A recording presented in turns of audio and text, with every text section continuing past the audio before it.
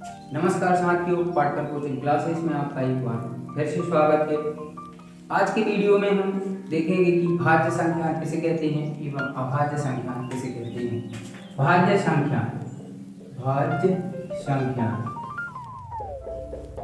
भाज्य संख्याएं वे संख्याएं होती हैं, भाज्य संख्याएं वे संख्याएं होती हैं जो एक तथा स्वयं के अतिरिक्त अन्य किसी से भी विभाजित हो जाती हैं, उन्हें हम भाज्य संख्या कहते हैं। क्या वे संख्याएं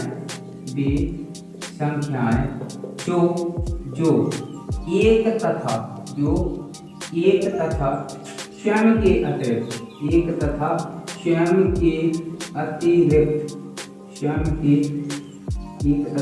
के अतिरिक्त भी किसी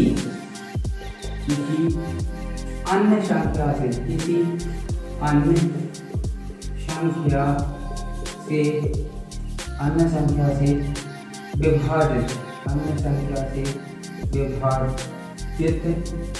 संख्या से विभाजित हो जाती हैं, उन्हें हम भाज्य संख्या कहते हैं। जैसे एग्जाम्पल देखिए, जैसे 4, 6, 8, 12, 20 आदि। अब यहाँ पर देखो हमारी कौन सी संख्या, भाज्य संख्या। अब देखते हैं क्या अभाज्य संख्या। अभाज्य संख्याएं इसका क्या होती है, अपोजिट होती है। किसकी अपोजिट होती है? अभाज्य संख्या।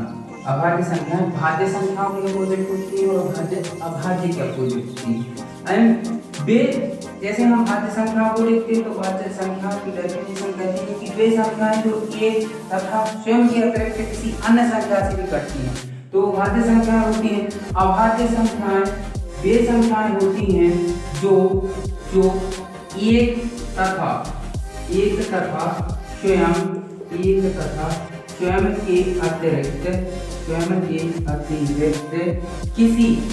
अतिरिक्त किसी अन्य संख्या से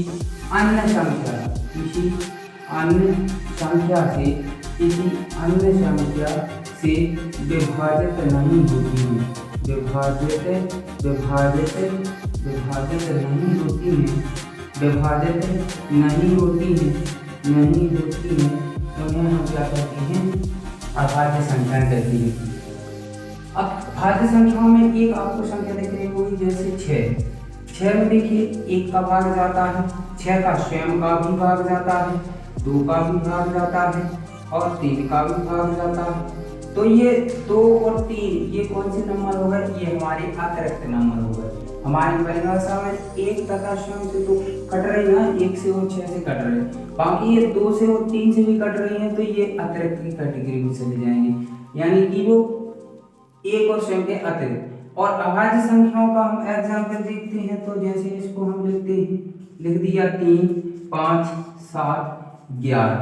अब देखिए 3 स्वयं हो गई और 1 का भाग जा रहा है, अन्य किसी संख्या का नहीं जा रहा है, 7 में नहीं जा रहा है, 11 में नहीं जा रहा है और आगे आप बढ़ा सकते हैं 13। इस प्रकार से आप अनंत तक चले जाते हैं।